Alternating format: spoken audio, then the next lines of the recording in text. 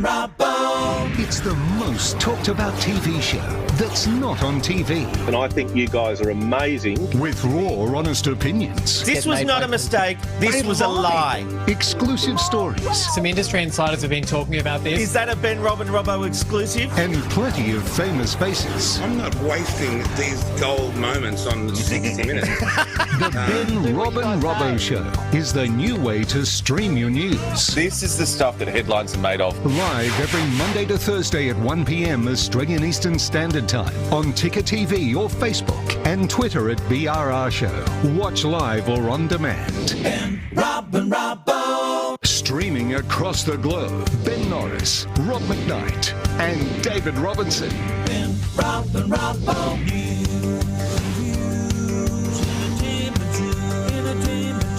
It's the Ben Robin Robbo Show. Ben Robin Robbo Show. Welcome to the Ben Robin Robbo Show. Here's Rob McKnight. She sees me all day and then says hello to me at the beginning of the show. It's the magic of television. It's Tipsy Thursday. David Robinson and Ben Norris. Happy Tipsy Thursday. And what a week it's been, David. It certainly has, because I've brought out the very special plastic cups. I love the plastic wine cups because I'm pretty clumsy. So, but special occasion for a Tipsy Thursday. This is our 84th show. Happy 84, boys. Happy 84, Ben. Does it feel like 84 or more like 1,084? No, it feels like 84. And I just was like, I love it on the Thursday, which is Tipsy Thursday, that Robbo can drink with the glass that you can see through, because every other day of the week he drinks out of that Slurpee cup, and you're left wondering, is it always Tipsy Thursday in his house? It's got the Coke in it. It's got the Coke in it. Robbo, you're not fooling anybody. You're not fooling anybody. No. We don't have smell-o-vision here. Look, there's a lot coming up. It is Are You OK Day, and we genuinely hope all our viewers are okay. But we're going to talk about a very serious issue, and we're going to focus on veteran suicide. It's one of those untalked issues, and as we think about everybody else today, it is something we need to discuss. So we'll be having a chat about that. We'll also be talking to Joe. We'll also be talking to Joe Casamento about what's happening at the movies, and there's actually quite a lot happening. But first, I'd like to begin with some breaking news. And the New South Wales government is in crisis today.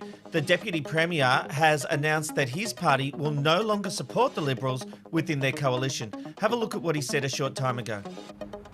We are also in agreement from the party room that we will be abstaining from supporting any government legislation or bills, but we reserve our right to vote on and support or not support bills that are relevant to regional and rural New South Wales, and will do so until such time that our position and our amendments are considered and the issue around the SEP is actually afforded in a way that we are comfortable with. Now, the interesting thing here, he clarified that the National Party will no longer support the government bills, attend joint party room meetings and attend parliamentary leadership meetings. And this all comes after increasing tension around the proposed planning regulations that would give farmers responsibility for managing koalas on their property and would see more trees classified as koala habitat. The Nationals have been liaising with the Liberal colleagues since last year on this legislation, and the Deputy Premier, I just gave him a promotion, will not change unless the state environmental planning policy is recognised. Now, Liberal MP Catherine Cusack has described the coalition's behaviour as bullying, saying that Liberal members are stunned and bewildered. On Wednesday night, Cusack sent text messages to two Upper House National members, and in a series of texts, Cusack accused them of being backstabbers, wishing to destroy koalas, and stated they would have short careers. She finished by saying the show will go on and be better without you. Robbo, what do you make of all this? Interesting to note, the coalition isn't resigning from government. They'll all still have their ministries. They'll all still have their cars. Is this nothing but a publicity stunt? Well, it is a publicity stunt, I think, Rob. But the big reason is that for a long time, both in state level and definitely at federal level, the Nationals have really lost their way. They've been quite a joke. They've been accused of just being in it for themselves, that they haven't been governing. They certainly haven't been listening to rural and regional Australia. I think what we're seeing here is kind of that flexing of the muscle going, no, we are bloody here and we've got to get our base back. So publicity, absolutely, for sure, because they're trying to say to their constituents that we are here and we are ready to govern after so many years. I remember like Barnaby Joyce and all of those issues and more interested in themselves. This is a big flex of the muscle. It'll be interesting to see how other areas of the National Party, both federally and in other states and territories, follow suit. Well, that is very interesting. Ben, I got on to our good friend Sam Dastyari, the former federal senator, and these were some things he said to me. He said, this is a marketing exercise. They definitely don't want to lose their portfolios. But from a branding point of view, how do the Nationals make themselves stand out? And this is the big thing here. They've got an issue that, you know, from farmers, it's seen as these inner city liberals are making these decisions about koalas, not really understanding what goes on the farms.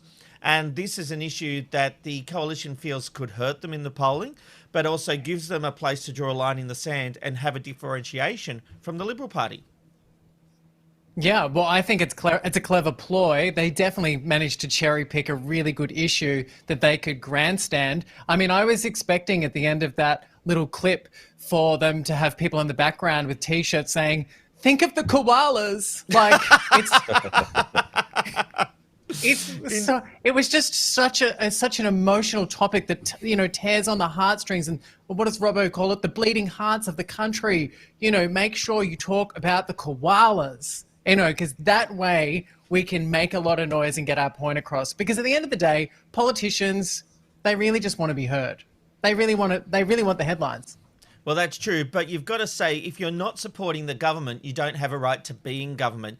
So this is quite an interesting time, Robbo, where they're actually saying, we want all the perks, but we're taking away the responsibility, and will actually allow themselves to vote against the government. So at the moment, they're going to abstain. They won't actually be supporting any government legislation, which makes it harder to get anything through Parliament, of course. But it's a dangerous game they're in.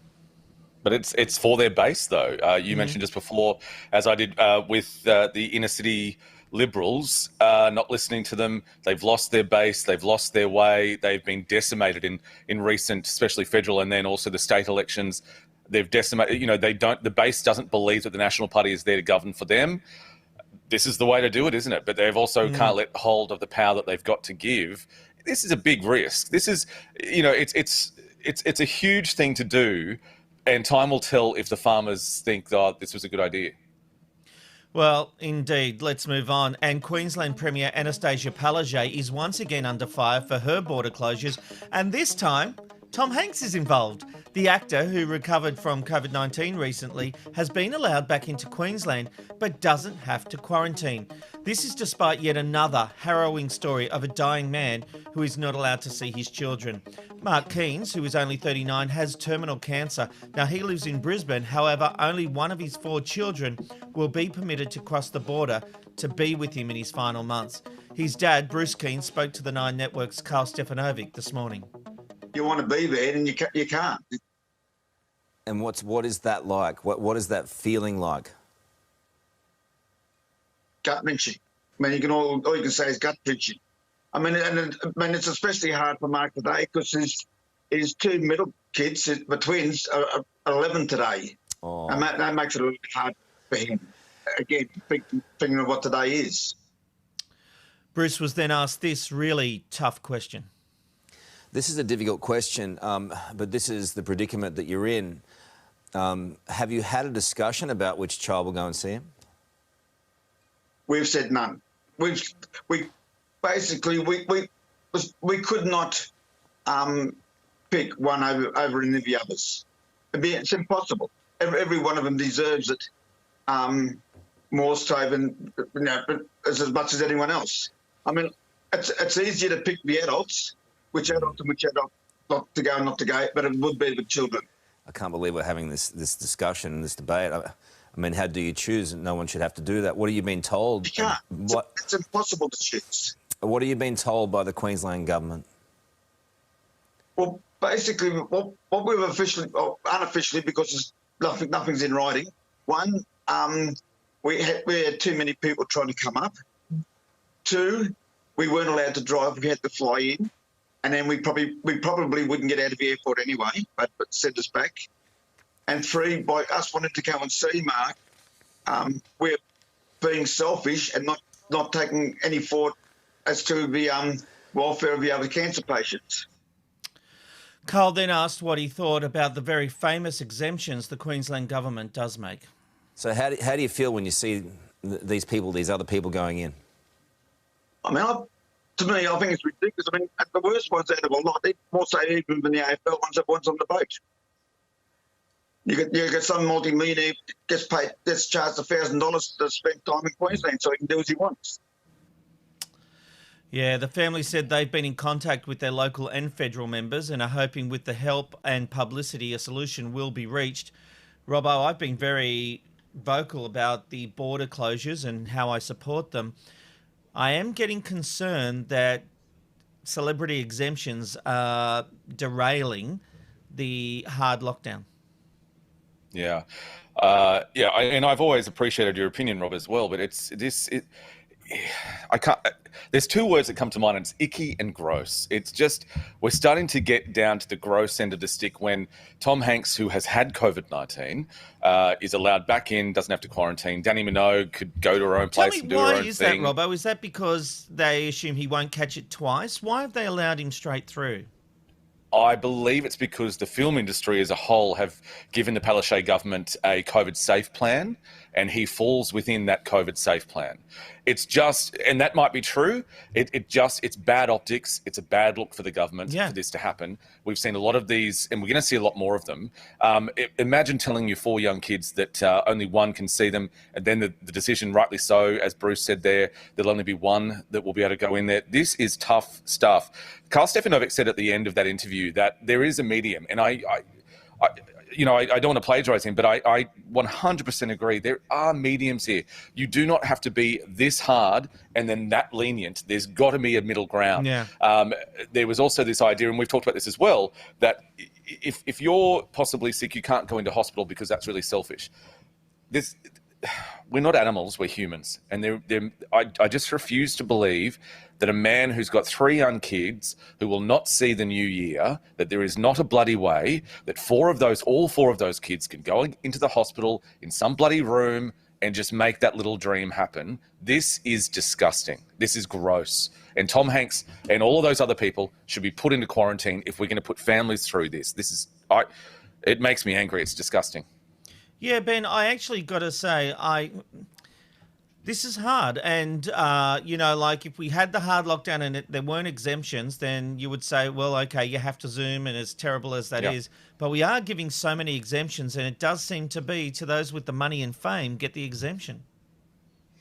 It is a little bit like what the media wants to report, though. Worst case scenario, pitted against something completely polarizing. And I get that that's a reality, but that's what the news does. We don't hear about all little stories in between. From what I was told, when it came to some of the celebrities, apparently they had to prove that they had an accountability. And I feel like there's a whole section of information that's missing from this story that we're not being made aware of, that I think we should be made aware of, because I think it is a really bitter pill to swallow when you see those two headlines next to each other. Like what? Because what do you think? What do you think we're missing? Well, I don't understand what we're missing. I think we might be missing that these celebrities are being made accountable. Because of who they are. It is an easy headline, isn't it, to say Tom Hanks is getting through. But, that's the headline. But you just said, Robbo, he's being put in a plan, like they are spending lots of money on the plan to ensure COVID safety. And now, look, if a COVID case did break out because of Tom Hanks, there might be an issue. But let's be honest, with the Danny Minogues of the world and the Tom Hanks, there haven't been any cases coming from those situations. Okay. But you're probably going to kill me for this, but the movie can still be made. The things can still be done. I can't get over this dad not seeing his bloody kids. I just can't. But 400 AFL people can walk in. But that's that part guy of the on COVID super safety yacht. plan. Well, it's bad optics then. Like I said before, it's bad optics. I agree, and it's left a sour taste in my mouth, I will be honest. And to see that bloody picture of Anastasia Palaszczuk sitting there with an AFL ball in her hand going like that, yes, it's great for Queensland. But like Carl said, there's got to be a medium. There has to be a way that this can work in certain areas. You can't just have this kind of blind or tunnel vision way of looking at things going, well, yeah, well, they've got a COVID safe plan, but you kids one of you can see your dad before he dies. Stuff it. Who cares? Like, that's just not right. How have we got to the point where that is considered to be humane and the right thing to do? It's not. But this is a really difficult time. I just want to quickly say that story broke my heart. I mean, that's some Handmaid's Tale shit right there, let me tell you, with, being forced to make a decision about your children. Probably wrong reference. I probably should say Sophie's Choice. It broke my heart. But I will say this is a really difficult time. And, is Anastasia Palaszczuk, is she required to look depressed all the time? Because when I saw all those comments about her with that football and how disgusting apparently that made people feel, we can't make her walk around with the weight of the shoulders on her for all of these decisions. I just don't simply think that's fair. What does happen, though, is that she was asked in Parliament by the opposition leader about this particular case. She just gave back a generic response about, well, if she was, loose with the borders, we could be Victoria. She was then asked later by media, what do you think about this case? She goes, I don't know anything about it. I've never heard of it. Well, yes, you do, because you just heard about it in Parliament. So again, we've got this politician who's clearly should be, if you're going to do these kind of really complex things about saying, well, Tom Hanks has got a COVID safe plan, the CEO of the AFL can bring in with the wife and kids and all of those kind of things, then you can't really do that. The other thing is, we'll put a COVID safe plan in place for these medical emergencies and these tough families who are doing it. If you can do one for the AFL, you can do one for the film industry, then you can bloody well do them for people who need to cross the border to see relatives before they bloody die. It infuriates me that there is just this, oh, well, there's no COVID safe plan for them. Well, get one, you heartless bastards. Okay. All right. And the Oscar goes to diversity. New rules set to be introduced in 2024 will change the way a film can be eligible for an Academy Award. Producers will have to tick off 2 out of 4 broad categories if they want their movie to be a potential Best Picture. To get in, at least one of the leading or supporting actors must be Asian, Hispanic, Black, Indigenous, Native American, Middle Eastern, from the Pacific Islands, or from another underrepresented group. The main story must also focus on an underrepresented group. There are also other ways of being eligible, including offering paid apprenticeships or training to an underrepresented group. Ben Kirstie said this was like trying to tell Picasso what to put in his paintings. Is this too much or the direction we should be heading in? Why is she the vox pop of what's happening at the Oscars? She's never been nominated for anything in her life. That's an opinion. We're giving opinions right here. I don't have a problem with that. I just think it's like when Jada Pinkett Smith came out and started making comments, oh, I'm not going to go to the Oscars this year. Well, mate, you never were invited because you never were nominated. I understand that I still don't understand these celebrities that jump out and start talking about an issue. Kirstie Alley. But someone asks them. You can't blame them for answering a question. No one asked her. No one asked her. She's an old heifer sitting on her Twitter. The last job she was offered was Celebrity Big Brother. We're all entitled to tweet. But I'm just telling you, who cares? Like, why is she getting these news headlines? Yes, the film industry is it's in a really bad place because Halle Berry, she won an Oscar 18 years ago. She was the first Black woman to win an Academy Award. Not another Black woman has won an award since then. Cynthia Erivo should have won last year, but she got beaten. And let me tell you, the Oscars will change, and I want to say that to the general public.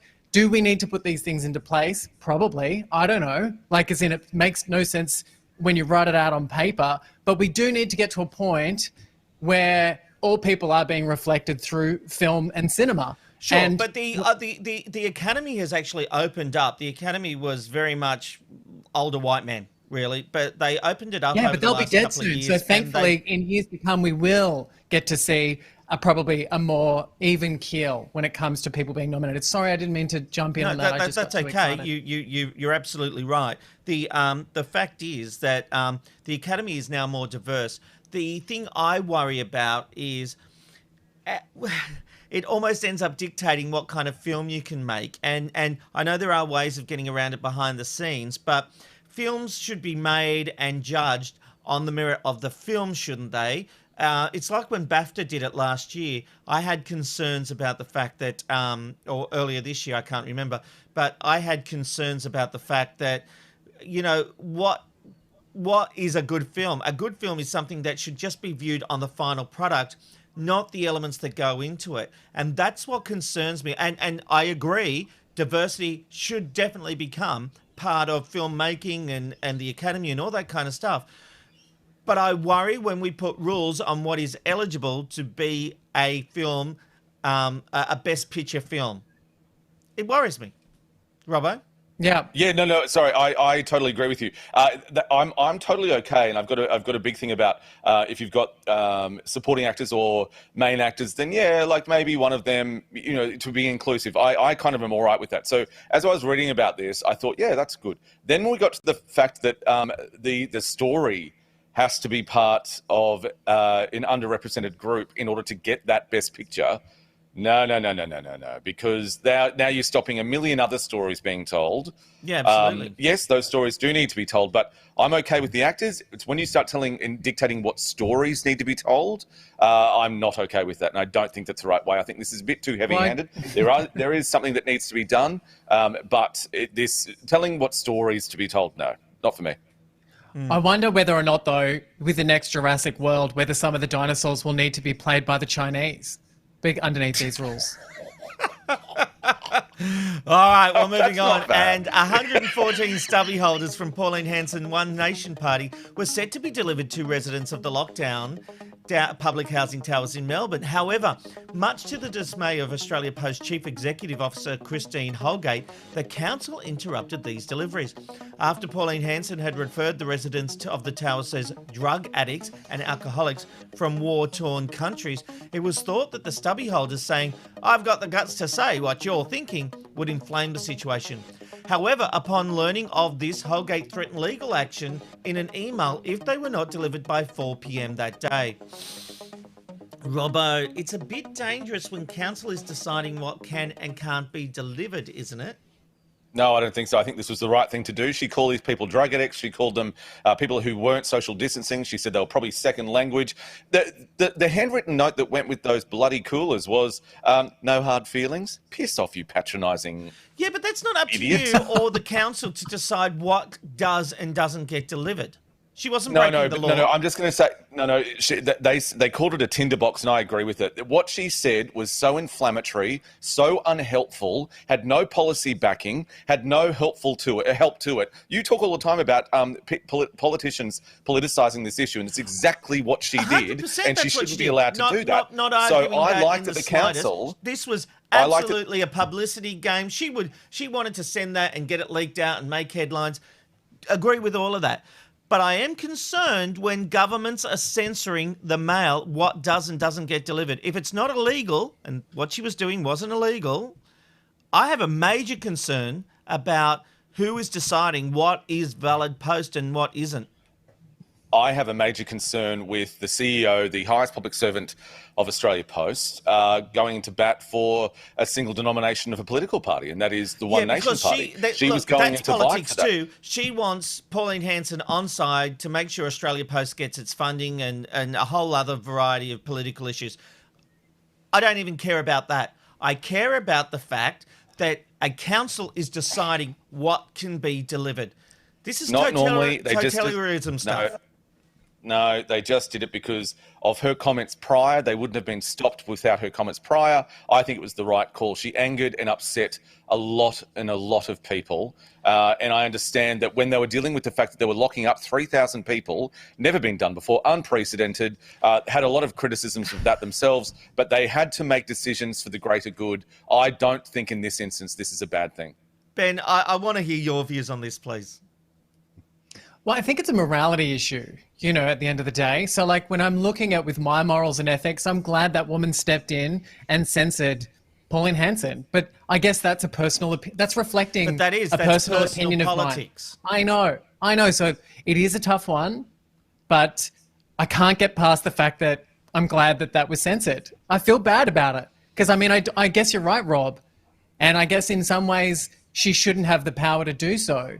And the thing that annoys me the most about this story is that we give so much airtime to, not us, everybody. We give so much airtime to Pauline Hanson, and she's a conspiracy theorist Yeah, but who this is crazy. the one time I would say Pauline Hanson is actually the victim here, and I don't often say that. We live in a free society, and we're She is a victim censoring here. material. She And she is, does and my represent- personal... Yeah, the thing that I get there is that she does represent. She's in federal parliament. She has MPs in a fair few states of Australia. So I understand from that point of view that there are people who are represented by her, so need to see her in the media. True. But yeah, we have. All right, let me ask you this question, Robbo. If it had been from Labor or Greens, would you have a problem with them being censored? Now, what would happen with that, Rob, that if the Labor or Greens, any of the MPs had said that they were drug addicts, that they were awful people, that they didn't social distance, that they couldn't speak English, that they were awful people, shouldn't be here, blah, blah, blah, then of course I would say, no, you can't send him to stubby coolers with no hard feelings. No. It's all about what had happened prior to that.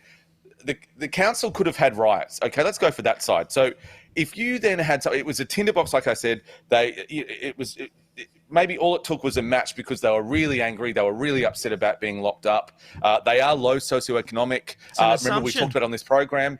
We had people on this program. They were not idiots. We had some really intelligent people on this program. Oh, my God. Who When were did I inside say those that they were flats. idiots? Sorry? When did I say that? I said they were low I'm- socioeconomic. I didn't say idiots. I'm not accusing you of saying that. I'm making the point. These people are smart, and just because Pauline Hanson sends them a stubby holder... They're smart people under stress People, because they were looking it's at the arrogance of people in power thinking they know better. Look, we do need to move on. I appreciate your thoughts and comments. All right, if you watched Willy Wonka and the Chocolate Factory and always dreamt of winning that golden ticket, now's your chance. David Klein, who named the Jelly Belly Gene Bean, I'll say that again, the Jelly Belly Gene Bean, is giving away his own lolly factory. Across the US, people will be given clues and search for a golden ticket, necklaces with a code to register. And if you get that winning code, the keys to the Candyman Kitchens in Florida will be yours. Klein was motivated by this difficult year, saying the world needs this right now. Ben, is this smart for a kid to be given a lolly factory? Can you imagine? Well, it's the good news story that we all deserve, as far as I'm concerned. I'm coming from a place... Oh, what are you doing? You're about to give me lollies? I'm having a snake. Alrighty. That fits into a category of something I won't mention. But anyway, moving along. And for that gag, I had to admit to Amanda that I bought snakes. Oh, really? Anyway, I just had so many bad jokes about little snakes that between the two of you, that I just had to leave. So I've just dropped those behind. But what I would say is it's a great news story. I can't imagine the legalities behind, how it will all work. But I'm willing to play the role of Augustus Glump. Oh, is that his name? Oh, God, Yes, I've just said yes. that wrong. I'll be the fat kid. Let me in. Do we have to be American? Apparently so. Oh, Robbo, it would be the best though, wouldn't it? It would be the best, Rob, because it would be one of those things that you'd remember forever. It'd be a lifetime memory. Your parents probably wouldn't like you when you got home because you'd be on that sugar high. But what an amazing thing! I really like this. If my kids won that golden ticket, I would be destroying it. You'd put yourself in quarantine, wouldn't you, for 2 weeks somewhere? You'd take you and Amanda and go to a nice resort somewhere and leave the kids at home with their sugar high. Nothing wrong with that. But yeah, this is really nice. I really like, and it's also nice in the age of when everyone goes on about obesity with kids and blah. This is a one-off thing. Enjoy it. It's fun. Off your shoot. I agree. All right. Let's move on because it's time for a hit of entertainment. Selena Gomez has come out with some hard, cold truths about the entertainment biz. What have you got for us, Ben? Well, it's hard to imagine, but Selena Gomez has been working since she was 8 years of age. She started out on a children's show, which was Barney and Friends. I just want to quickly tell you that my sister is 14 years younger than me, so I remember Selena Gomez on Barney and Friends. Anyway, so just a little flashback and a shout out to my sister Sarah. But from Barney to a starring role in The Wizard of Waverly Place and roles in Disney movies, as well as a fantabulous singing career that including hit songs like Come and Get It, Bad Liar, one of my favorites, Kill 'Em With Kindness. Look, the transition proved a pretty quick transformation from child star to being a sex symbol. Now, obviously, that is a lot for us to understand, considering that we know her from Barney, and then, 10 years later, we're seeing her so sexualized. We're getting a little bit of footage right now of her career, and what an amazing career she's had. But look, in a fairly frank interview with Allure magazine, which is out now, it's actually out in October. I don't know why I'm promoting that magazine, but anyway, Gomez has admitted that she felt she was over-sexualized in some of her music videos. Now, boys, I really want to get your thoughts on this, because I have to say something really controversial, and that is, I think she must have taken some part in being in these music videos. She's a kid. I don't think she's she doing was what forced she's into told. doing It's it. not until they get. Then it's not until they're getting older that they suddenly start realizing this isn't who I am. You look at someone that's like true. Miley Cyrus, who was downplayed, and she was bursting with sexuality, and that's become her brand. Selena obviously didn't feel comfortable doing what she was doing, but didn't have that. But voice, doesn't and she is keep now doing it going the now? other way. Doesn't she keep doing kinda these film does. clips now? Doesn't she keep... But Robbo, can I make But that's it? also I a was just choice gonna as say, an adult. No, yeah, I know. I but think if this it is- was...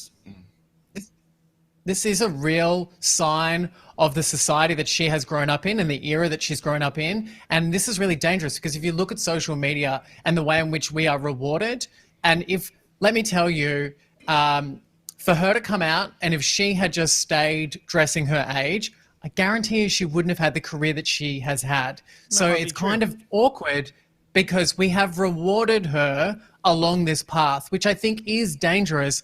But she would never have had this career, because unfortunately, even though it's gross that I'm going to say this, but sex sells. I mean, she's a great looking chick, and now she's age appropriate, so I feel fine that I'm saying this, but I put her music videos on and wish that I had her hair, and I wish that I was sexy like her.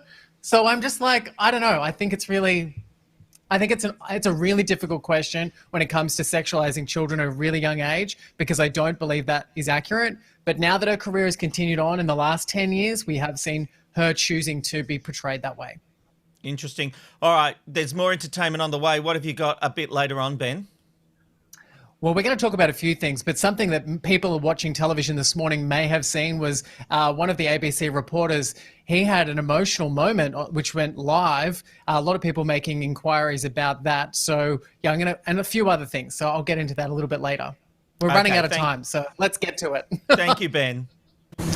Well, today's the day we all turn to each other and ask, are you okay? It's an important message as we acknowledge mental health and the impact it's having on our society.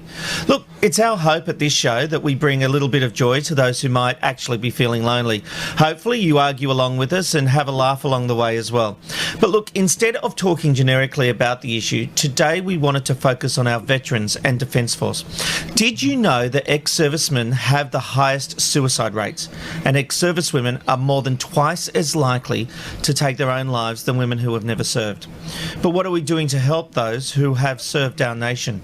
Anthony Mexner is a veteran himself and the Chief People and Culture Officer of Swiss8, an organisation aimed at reducing the rate of veteran suicide.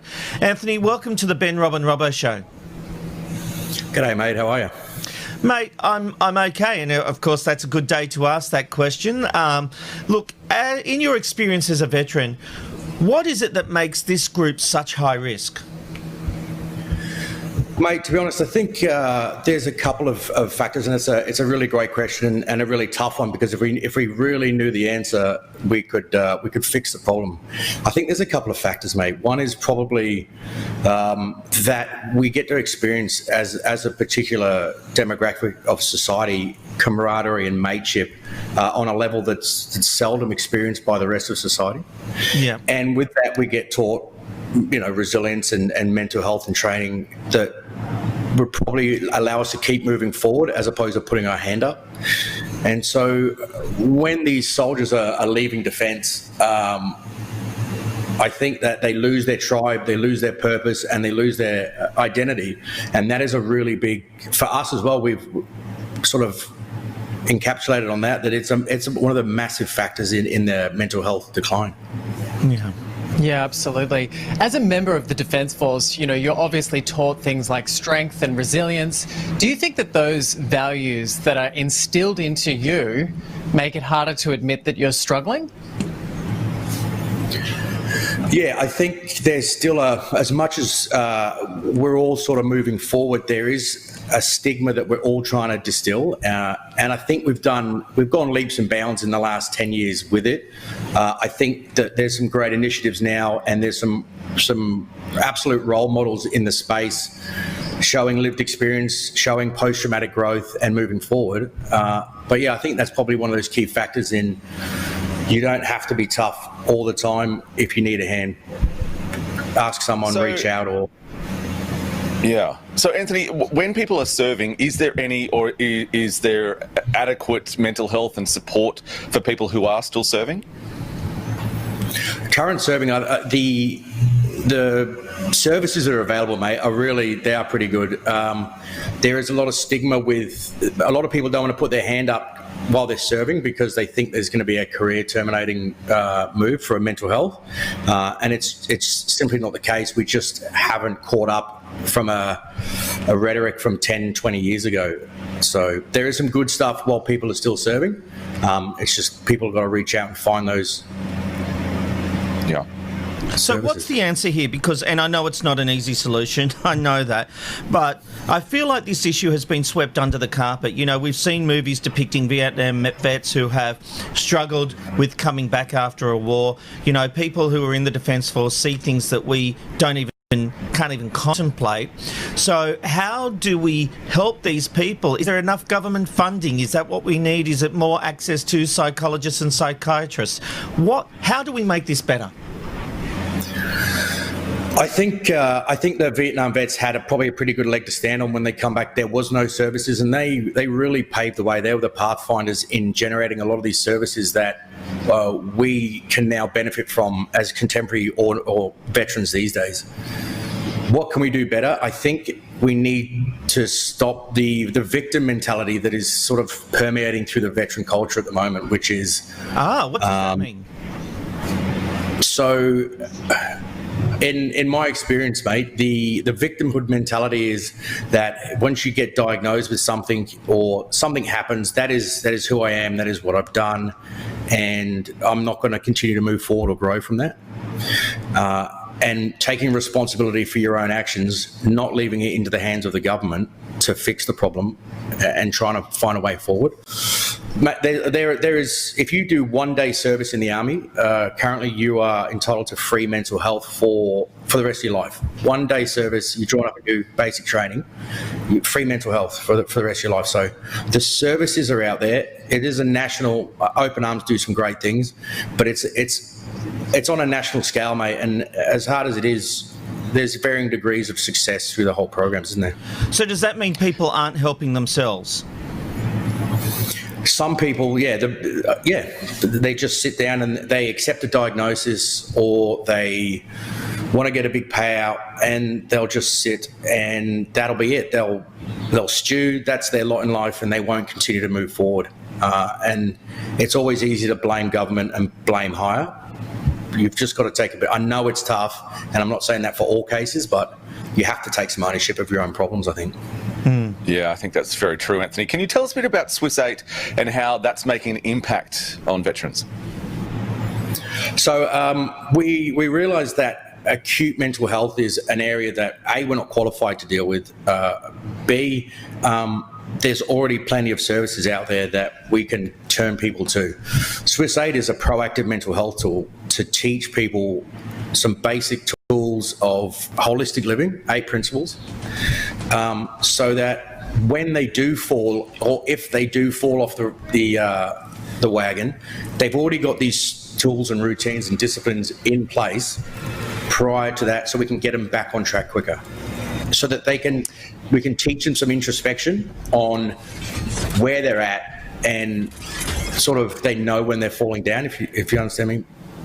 Yeah, absolutely. Absolutely. You know what I find really helpful through days like today, which is Are You OK Day, where we get to talk about this sort of stuff, is looking at some of the success stories. I mean, I have to just quickly share with you a personal thing from myself. I battled depression for 4 years after my father committed suicide, actually 14 years ago yesterday.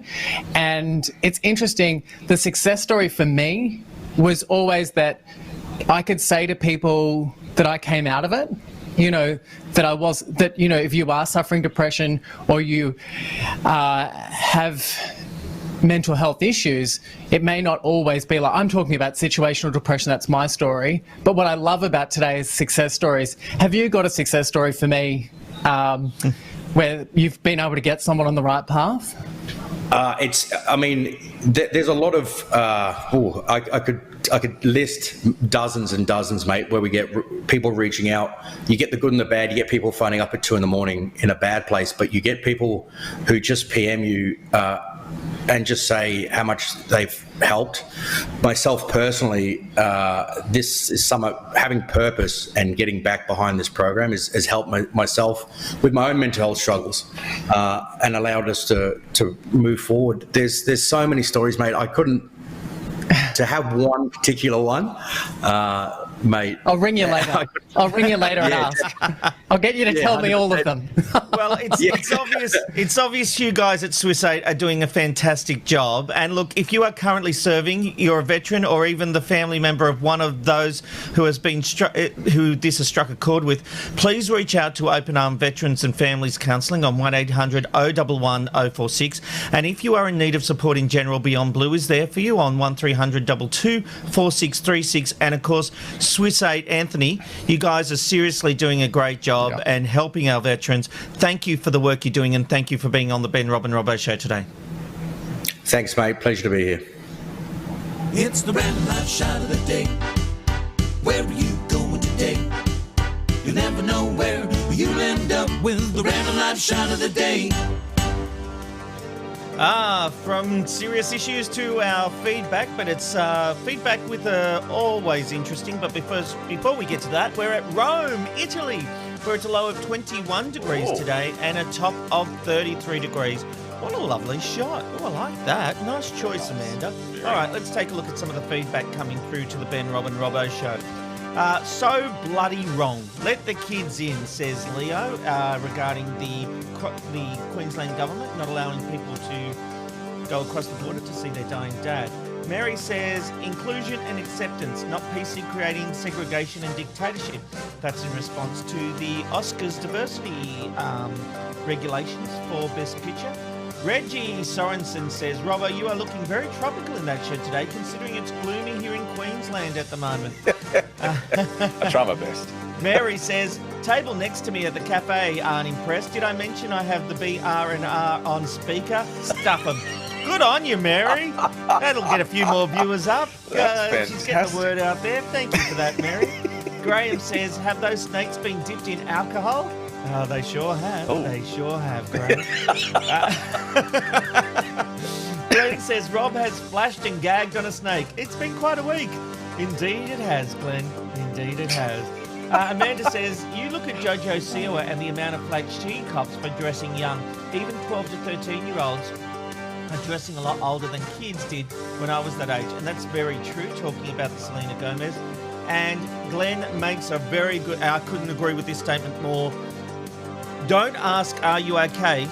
Yes. Unless you're prepared to hear the answer. And this is a really irksome thing for me. I couldn't agree more. Great advice, Glenn. Thank you for all your feedback. Well, it's time to talk movies and pop culture with our dear friend Joe Casamento. Joe, always a pleasure to see you. Oh, always a pleasure to see you three, my three favourite boys. Oh, I'll tell the crew of the Binge Box that. Joe. Oh. Ben's been waiting for and years. don't tell my son. Yeah. Oh, yeah. That's even more important. Hey, Joe, fans have been waiting for years to catch a glimpse at what is one of the most anticipated movies of the year, I guess, if not the decade, and they've finally got their wish. That's right, Robert. I'm not even joking when I say this. The upcoming iconic sci-fi thriller June is going to be epic. Everyone has been waiting for this trailer. If they know anything about the award-winning book of the same name, the first trailer dropped today. It is dynamic. It has a star-studded cast. Timothée Chalamet. You have Zendaya. She's got blue eyes in this. You've got a whole heap. Javier Bardem. You've got Josh Brolin. You've got Jason Momoa. It is going to be huge. It is set in a harsh desert planet in the distant future, and one man is sort of set to save. He has to juggle honour and power and faith and a whole heap of things to make sure the whole planet isn't destroyed. It was filmed, it's shot in Jordan actually, and it's quite magnificent when I tell you that the trailer is quite beautiful for a sci-fi film. And I think you need to make your own judgment, so let's take a little look. Okay. There's something happening to me. There's something awakening in my mind. I can't control it. What did you see? There's a crusade coming. Do you often dream things that happen just as you dreamed them? Yes. The test is simple. Remove your hand from the box, and you die. What's in the box? Pain.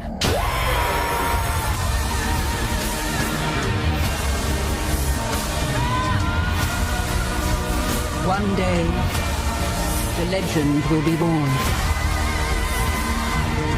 All of civilization depends on it. The future. I can see it. I never saw the original, Joe. That looks good.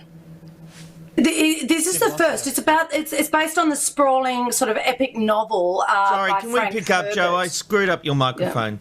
Yeah. Can we pick up? Oh, okay. Just a foreshot, everybody. Here we go. Joe, I never saw the original.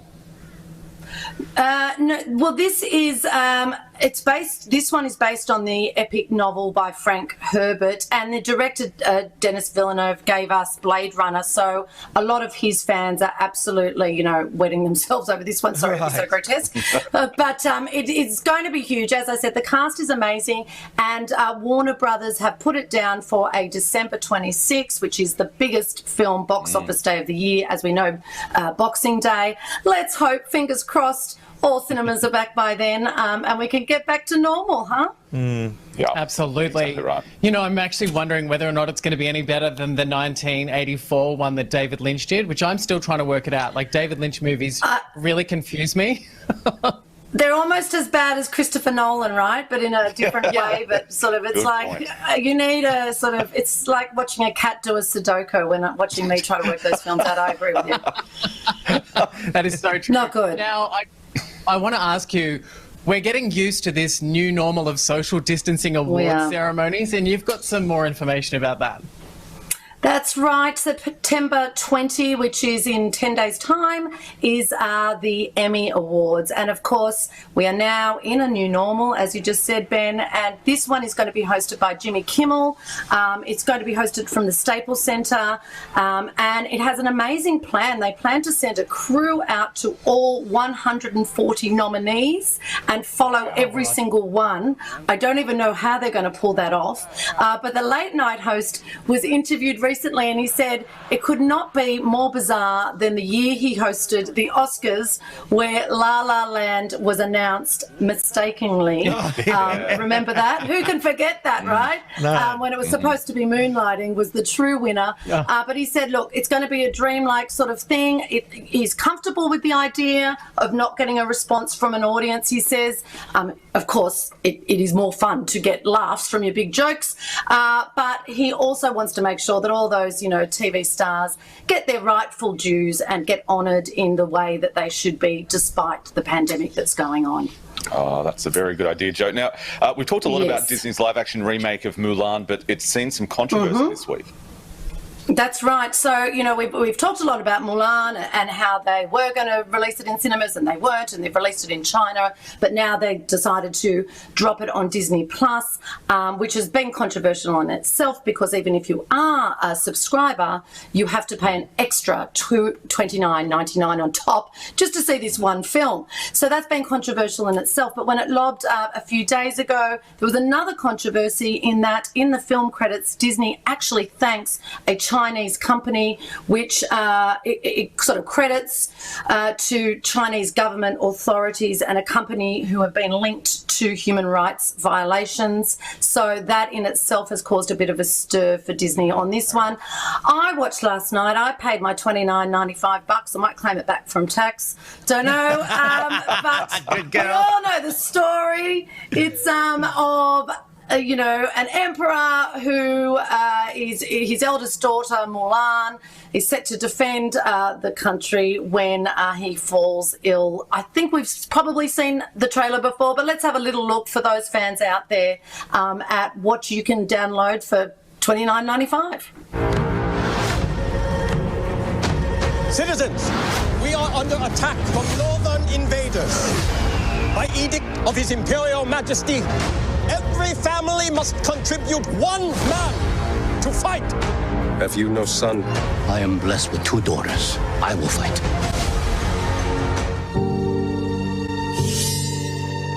Loyal, brave, and true. It is my duty to protect my family. Ancestors, please protect her. What is your name, soldier? Hua Jun, Commander, son of Hua Zhou. We're going to make men out of every single one of you.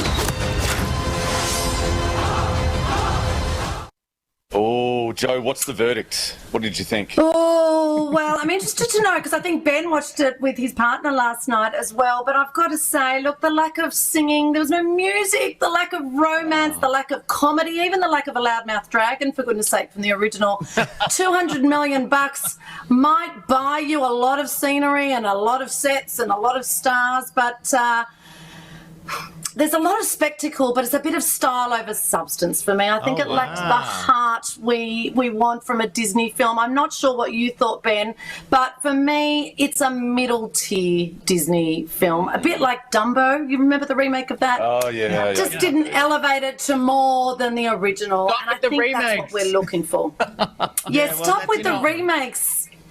Certainly not worth the wait. Only 2.5. Well, my partner actually fell asleep while watching it. However, I quite liked it. I thought it was visually stunning. So it probably did miss out on having that classic Disney music. And I kind of felt like that's the only thing for me that it really was let down by. Okay. I'm with you. Style over substance all the way on that one. Look, Joe, just before we leave, Halle Berry is in the director's chair with her brand new film, Bruised, which is debuting at this year's Toronto Film Festival. That's right. Toronto Film Festival starts today, so that's exciting. She makes her directorial debut. As you said, she didn't expect to. She was starring in it and decided to take it on. In it, she plays a disgraced MMA fighter who must claw her way back into the ring to face off against a fierce competitor, and finally to be a mother to the son she walked out on years earlier. It's Halle like you've never seen her before. I'm not sure if we saw there where she has an absolute shiner on her eye. She's almost unrecognisable. And she said the project actually was so harrowing, learning to box and being in the ring, that she bruised and broke her ribs sort of 2 weeks in, but didn't want to stop because she was not only starring but directing. And at one point she thought she had bone cancer. Can you believe it? She was so worried about the pain, but she kept going. Then she thought it was diabetes. Then she thought it was osteoporosis. Thankfully, it was just 2 broken ribs. But that goes to show the determination and why she's a, Oscar-winning actress. And let's see if she's going to be an Oscar-winning director. Indeed. Okay, Well, thank you very much, Joe. Thank you, Joe, for that. We look forward to seeing you next week. We think we've lost Joe's feed there. All right, so let's get a hit of entertainment with Benjamin Norris and Ben. Kevin Spacey's making the news. Yeah, absolutely. So Kevin Spacey has been sued on Wednesday by actor Anthony Rapp. You might actually know him. He played a pivotal role in the movie Rent, but he has been a child actor since the 80s. But look, when both he and another unnamed actor were under the age of 18, there was an incident that did occur. And Rapp's claim is that the actor climbed on top of him and tried to perform a sexual act. I've tried to make that as PC and okay for midday television as possible. But look, in 1986, that apparently happened when he was of the age of 14. He first made this allegation in 2017, and I remember this because it happened on BuzzFeed in an interview. He finally came forward with a claim, and let me tell you, Kevin Spacey, he's littered with these cases, and I'm hoping that he's made accountable for all of them. Well, that's, of course, if he's proved to have done it. He is entitled to his day in court, so it'll be interesting to see what happens. These are allegations until everything is proven. Meanwhile, a live ABC News reporter caused concern after an apparent breakdown went to air. What happened, Ben? Yeah, Rob, this was hard to watch. I mean, I found it emotional, but an ABC Queensland reporter, Michael Rennie, was reporting live this morning from outside the JBS beef processing plant in Ipswich. This happened this morning. It appeared that he seemed to falter, sort of losing his train of thought and becoming unable to talk. I want people to be able to check this out. This happened live on the ABC this morning. The other reasons are that the company is in a lot of trouble at the moment, and with the drought, and also with a number of other areas as well. And the union involved says that JobKeeper is an issue for the company as well. Okay, we'll leave it there for the moment. Michael Rennie reporting there from Ipswich. Yeah, we'll just make sure Michael's okay there. Provided to news.com.au this morning, an ABC spokesperson thanked viewers for their concern and said that Michael is actually fine. He felt a little bit dehydrated and he'd had a moment where he became lightheaded, lost his train of thought. Look, he's gone home for a rest today and they've already confirmed that he's going to be back tomorrow. Rob, what did you think of this? Look, it's live TV and... Oh, sorry, Robbo. I thought he said Rob. Sorry, Rob. Sorry. No, he did it. Now everyone's been really polite. Go. It's really, really tough. I feel for this guy because I've done a million live crosses, and funny. And when you start to feel like your mind goes blank at sometimes the worst times, I was lucky enough because, a lot of those times I could just blame it on something funny or look at something or whatever. But when you're obviously doing a really great, my heart goes out to any reporter who has this kind of moment because it's soul-crushing, it is heartbreaking, but I'm really hoping, I believe that the ABC will be supportive of him. He looked very upset at the end of that. It can happen to anyone. He'll be fine. He'll bounce back, but it is really tough to watch. And, my heart goes out. I've got to be honest, it happens to me quite a lot. It seems to be every time you're talking, Robbo. I don't know what that's about, but... You little bee. You little bee. I'm so scared now. We'll talk about that off air. Next story. Walk away. So what's happening? You guys, how much you guys drink? COVID safe is now a pretty normal term in telly, but the networks get around it in different ways, especially for a particular UK series. Tell me about this because I think this is brilliant. So the brand new series Top Gear is coming soon, but with a social distancing twist. Yes, the audience is still going to be there. They're all going to be outside. Now, the much-loved Car series is in its 29th... Well, I shouldn't say car. I should say Automo everything. You can tell that I don't watch Top Gear. But look, it's in its 29th series, and it's not going to be sunk by the dreaded COVID-19. So the audience is actually going to be in their cars, like in a drive-in, so that they can see the presentation of the series.